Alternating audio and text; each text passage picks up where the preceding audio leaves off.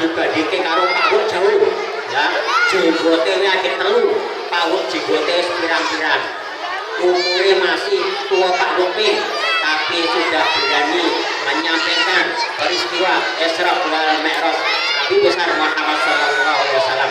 Dan ini termasuk ustadz yang hebat, ya, berangkat dari Nurul subuh karoyo-royo memberikan motivasi dan peristiwa Isra wal Mi'raj Nabi besar Muhammad SAW kepada keluarga besar SDI Takliyatul Qadar. Monggo Bapak Besar. Anak-anak masih sudah sarapan semua deh. Tinggal jawab salamnya yang jelas deh.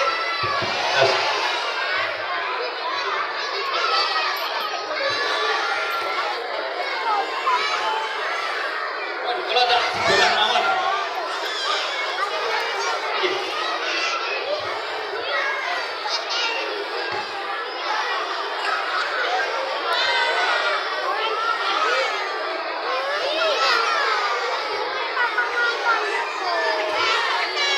Dirungokke nggih. Iki Pak Ustadz aduh omahe. Sake nara mbok rumahke ngomong piye sake. Pak Ustadz sampai wani medhun kepanasan ora apa-apa demi anak-anak SD Takliyatul Qadar. Assalamualaikum warahmatullahi wabarakatuh.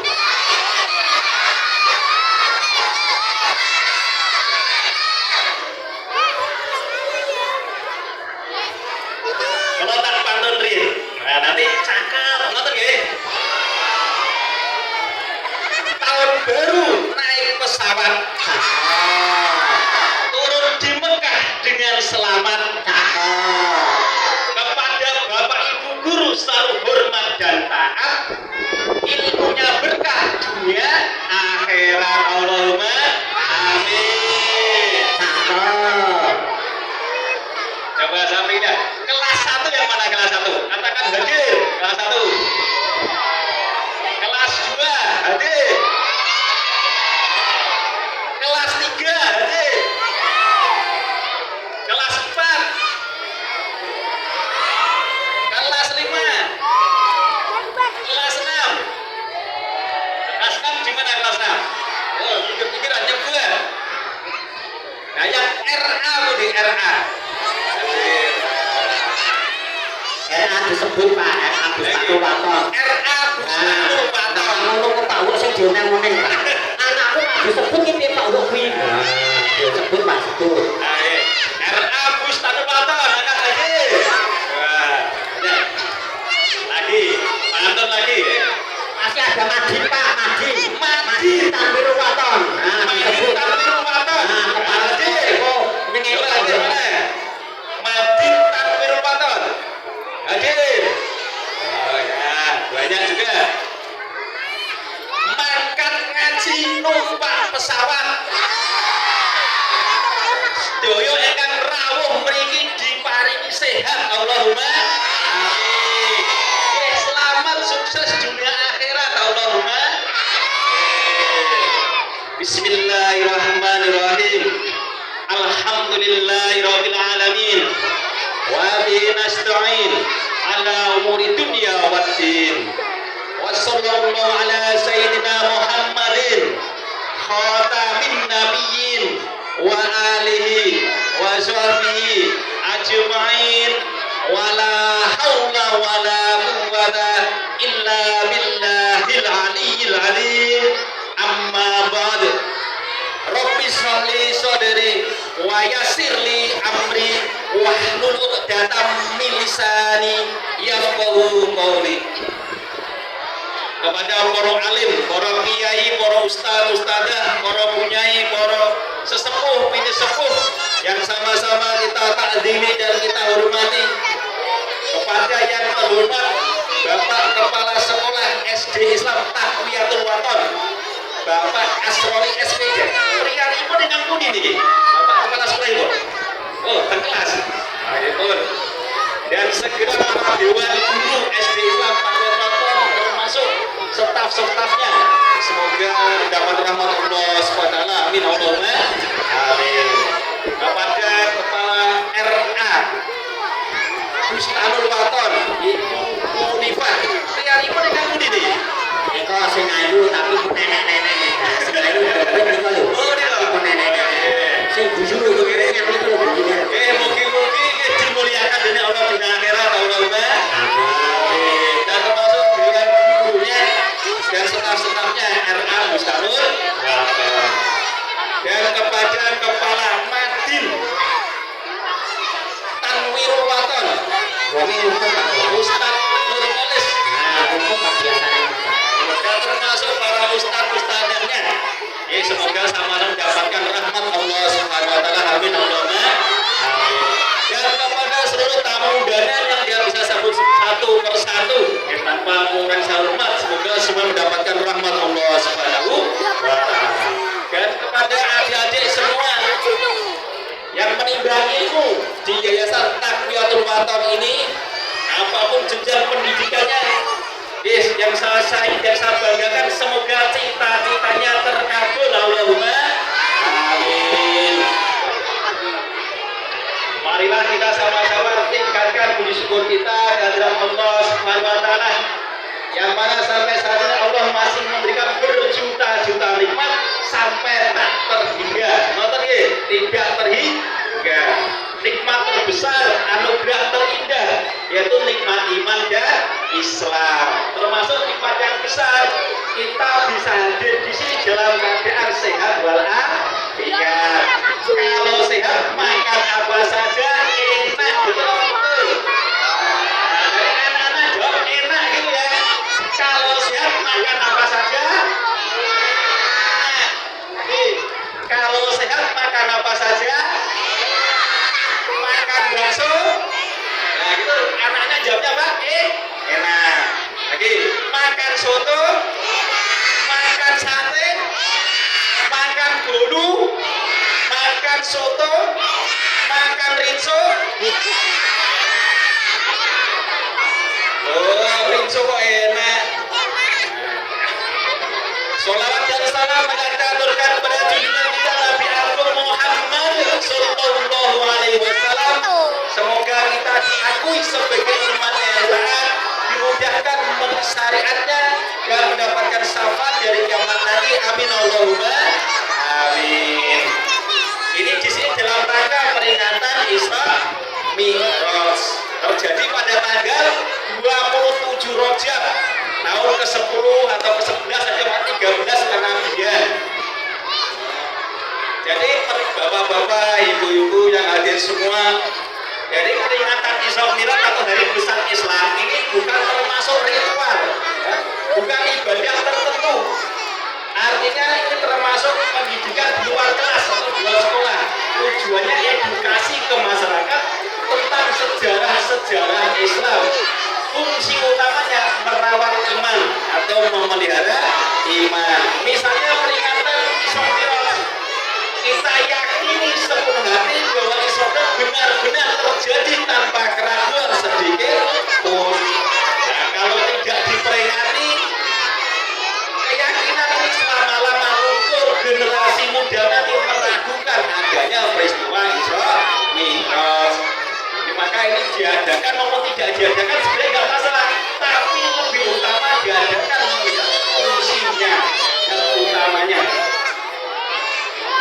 Hadirin yang dirahmati Allah Subhanahu wa taala, yang cinta Rasulullah katakan saya, yang rindu Rasulullah katakan saya. Ini Rasulullah. Isra artinya apa? Isra artinya perjalanan pada malam hari. Mi'raj artinya naik, ya, dari Masjidil Aqsa ke Sidratul Muntaha. Dalam kitab Darbil ala Nisyatul Isra wal Mi'raj dijelaskan komplit. Jadi pada waktu baginda Rasulullah SAW Isra ini ada latar belakangnya, ada yang mendasarinya, yaitu tahun itu adalah tahun duka cita atau disebut Amulus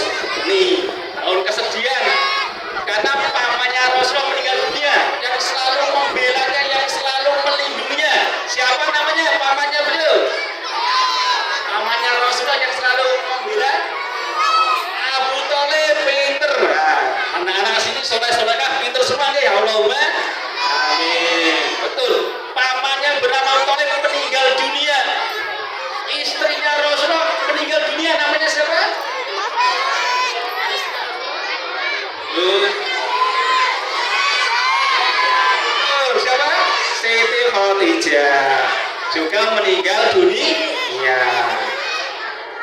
Maka Rasulullah dihibur oleh Allah, diajak jalan-jalan, maka ditemani malaikat Jibril dan malaikat Mikail. Naik kendaraan namanya apa? Kendaraannya buruk. Nah, naik kendaraan namanya apa? Buruk.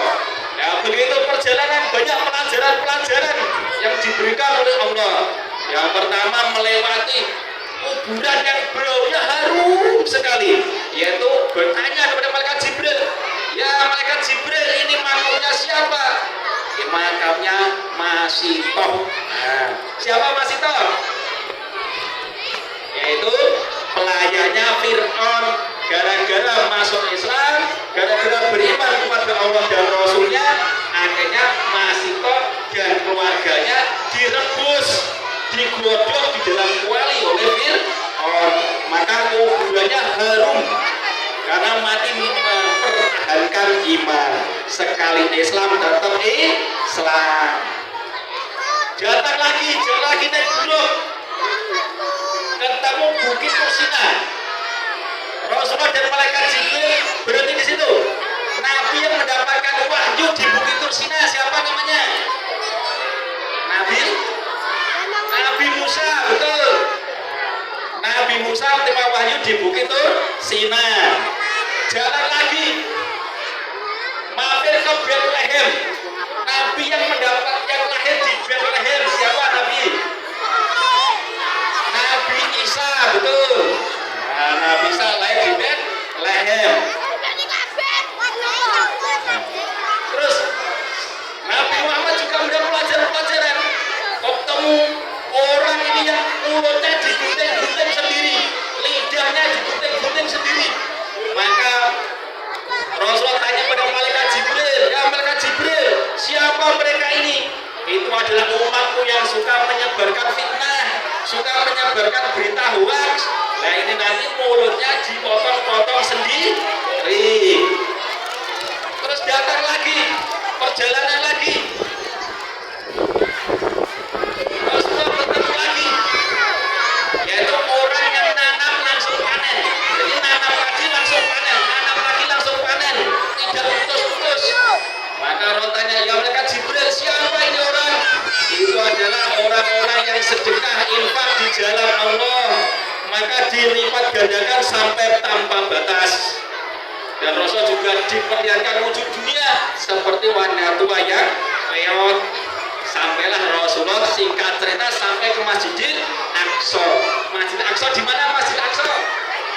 Palestina, betul. Betul sih. Di situ berkumpul seluruh nabi dan rasul yang pernah diutus oleh Allah. Yaitu ada 124.000. Ada berapa? 124.000 nabi dan rasul. Yang wajib dikenal ada berapa? 25. Yang mendapatkan kitab suci ada berapa nabi yang mendapatkan kitab suci? 4. Nabi Daud mendapatkan kitab apa? Zabur. Kalau Nabi Musa mendapatkan kitab?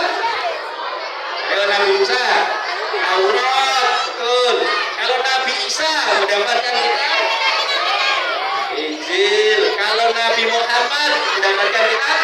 Al-Quran. Gitu. Setelah itu, setelah jadi Masjid Aqsa, baginda Rasulullah bersama malaikat Jibril ditemani naik ke atas Mi'raj di langit pertama. Nah, ketemu siapa di langit pertama? Nabi Adam. Langit pertama ketemu Nabi Adam. Kalau langit kedua ketemu siapa? Nabi siapa di langit kedua? Langit kedua ketemu Nabi Isa dan Nabi Yahya. Kalau Nabi Isa ini punya mukjizat apa? Mukjizat Nabi Isa yang pernah? Bisa menghidupkan orang mati atas izin Allah, bisa mengobati orang buta, bisa mengobati penyakit kulit, bisa membuat gunung dari tanah langsung hidup atas izin Allah. Ini mukjizatnya Nabi Isa. Kalau mukjizatnya Nabi kecil sudah hafal Taurat, kitabnya Bani Israil yang dibawa oleh Nabi Musa. Nah ini mukjizatnya Nabi Yahya. Terus Rasul naik lagi ke langit ketiga.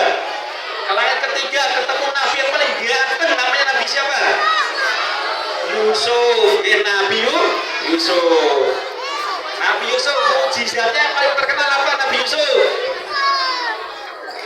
Nabi Yusuf mukjizatnya menafsirkan mimpi. Tafsir mimpi. Naik lagi ke langit keempat, ketemu Nabi Idris. Langit keempat. Ayo, mukjizatnya Nabi Idris apa? Iya, Nabi Idris adalah pertama kali manusia yang bisa membaca dan menulis. Nah ini cerdas, suka belajar, membuat baju pertama kali. Nah ini Nabi Idris. Naik lagi ke langit kelima, ketemu Nabi Harun. Ketemu siapa? Nabi Harun. Kalau mukjizatnya Nabi Harun, Nabi Harun ini diberi kefasihan bicara. Kalau bicara tegas, maka Nabi Musa minta ditemui Nabi Harun kalau dakwah kepada Fir'aun. Karena Nabi Harun diberi kelebihan oleh Allah, pandai bicara, fasih berbicara, tegas berbicara. Ini Nabi Harun. Langit ke-6.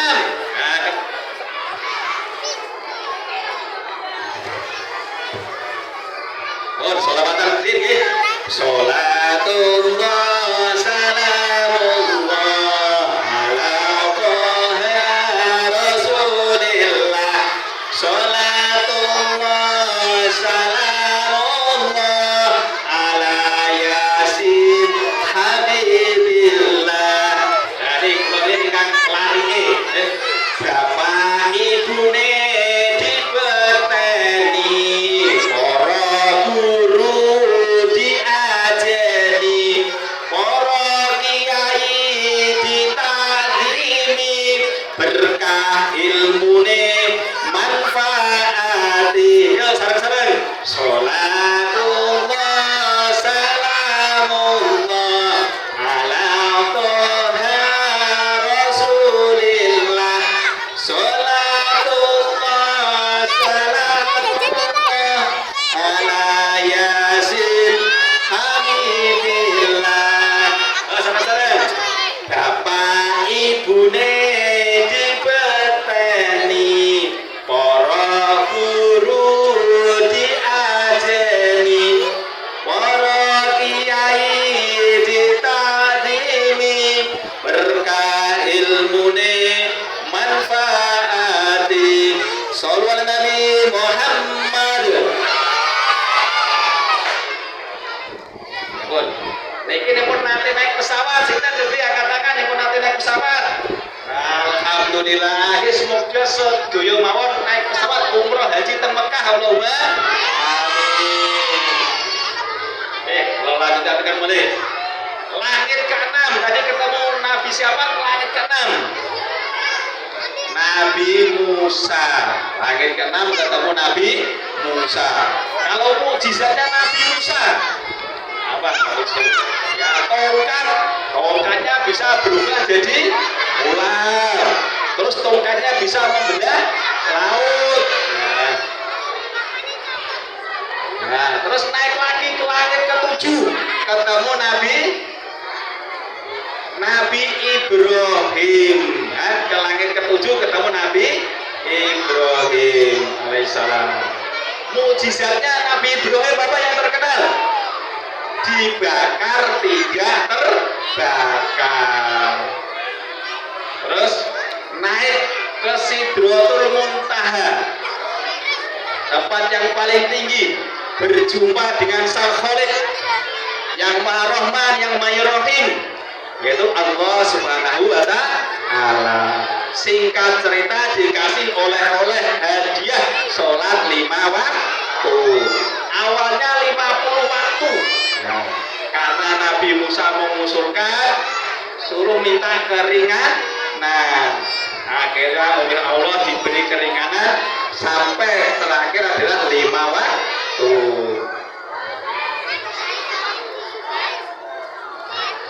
Sholat 5 waktu perlu kita pahami. Sholat ini adalah perintah yang membawa solusi dan berkah, bukan perintah yang membawa beban. Sesuai dengan firman Allah, wasta'inu bis-sabri was-shalah. Carilah pertolongan Allah dengan sabar dan sholat. Inna sholata tanha 'anil fahsya'i wal munkar. Sesungguhnya sholat dapat mencegah perbuatan keji dan munkar. Di dalam kitab, jadi sholatnya adalah solusi yang perintah yang membawa solusi dan berkah. Di dalam kitab Az-Zawajir karya Ibnu Hajar Al-Maghirah disebutkan, barang siapa menjaga sholatnya, nah ini anak semua sholatnya jangan sampai bolong-bolong ya, apalagi kelas 6, nah mungkin sudah ada sebagian yang balik, nah ini sholatnya harus diperhatikan. Di dalam kitab Az-Zawajir disebutkan, barang siapa menjaga sholatnya, Allah akan memuliakannya dengan 5 perkara.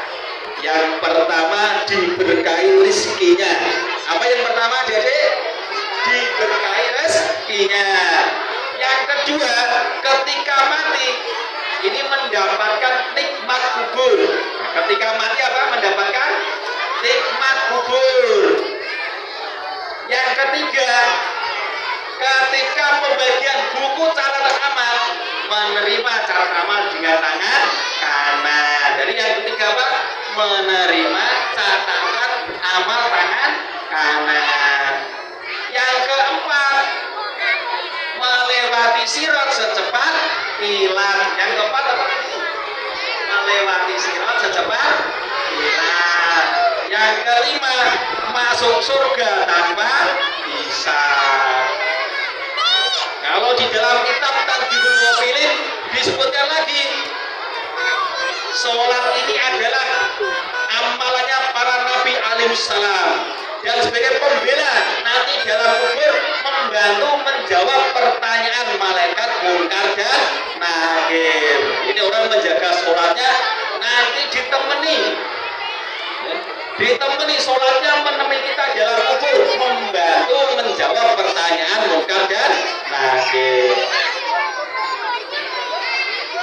Hadirin yang dirahmati Allah SWT, ini anak-anak masih semangat ini anak-anak, masih.